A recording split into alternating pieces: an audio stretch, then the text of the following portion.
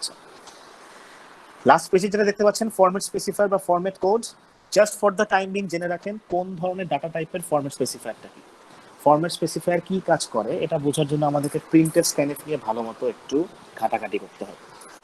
Just for the time being জেনে রাখেন যে কোন ফাংশনের জন্য কি স্পেসিফায়ার ইউজ করতে হয় depending on data type. Integer ডাটার জন্য প্রিন্টএফ এবং স্ক্যানএফ এই দুইটা ফাংশনে %d স্পেসিফায়ার ইউজ করা হয়। প্রিন্টএফ এর কাজ হচ্ছে প্রিন্ট করা, স্ক্যানএফ এর কাজ হচ্ছে ইনপুট নেওয়া। বিল্ট ইন দুইটা ফাংশন, সি প্রোগ্রামিং এর very much extensively used functions, খুবই বেশি মাত্রায় ইউজ হয়।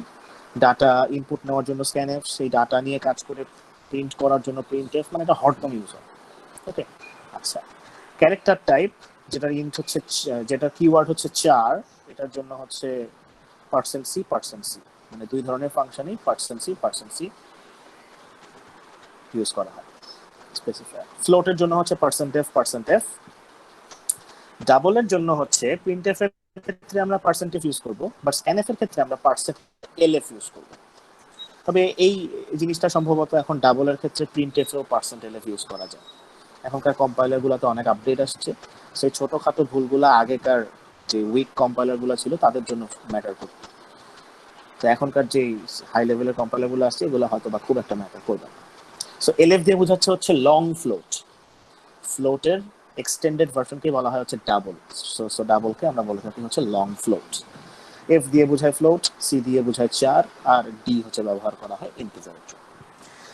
স্ট্রিং কোনো ডাটা টাইপ না, যদিও আমি এখানে ডাটা টাইপ অংশে লিখছি, মানে সি এর ক্ষেত্রে অ্যাটলিস্ট স্ট্রিং কোনো বিল্ট ইন ডাটা টাইপ না। এটা জাভাতে গেলে স্ট্রিং একটা ডাটা টাইপ হয়ে যাবে। তো স্ট্রিং দেখানোর জন্য হচ্ছে আমরা পার্সেন্টেজ ইউজ করবো প্রিন্টএফ এর মধ্যে। আর অ্যাড্রেস, মেমোরি অ্যাড্রেস, আমরা যখনই ভ্যারিয়েবল ডিক্লেয়ার করি সেটা কোনো মেমোরির একটা পার্টিকুলার অংশে যে ডাটাটা রাখে। সো ভ্যারিয়েবলের পারপাসটা কিন্তু শুধুমাত্র ইউজারের জন্য, ইউজারের যাতে তো ঝামেলা না হয় অ্যাড্রেস নিয়ে। আলটিমেটলি কিন্তু প্রত্যেকটা ভ্যারিয়েবলেরই মানে অ্যাড্রেসে কনভার্ট হয়, বা প্রত্যেকটা ভ্যারিয়েবলের আন্ডারে নির্দিষ্ট সংখ্যক বাইট অ্যাড্রেস থাকে।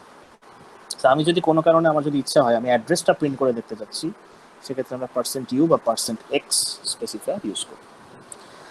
কিভাবে ইউজ করে নেক্সট ক্লাসে আমরা জেনে যাব। Just for the time being এটা মুখস্থ করে ফেলেন কাইন্ড অফ, যে আমরা কোন ধরনের ডাটা টাইপের জন্য কোন ধরনের স্পেসিফায়ার ইউজ করতে হবে। অ্যান্ড দিস ইজ ভাইটাল, কারণ আপনি যদি ইন্টিজার ডাটা ডিক্লেয়ার করে তার জন্য যদি %f ইউজ করেন, প্রবলেম হতে পারে। প্রবলেম যে হবে বলছি না, কারণ এখানে আবার কিছু টার্ম আছে। ডাটা কাস্টিং করা যায়, একটা ডাটাকে অন্য ডাটা টাইপের স্পেসিফায়ার দিয়ে প্রকাশ করা যায় কিছু স্পেসিফিক ক্ষেত্রে। বাট অ্যাজ এ বিগিনার কোন কোন ডাটা টাইপের জন্য স্পেসিফিক কোন স্পেসিফায়ার আছে এটা আপনাদেরকে খুব ভালো করে মনে রাখতে হবে।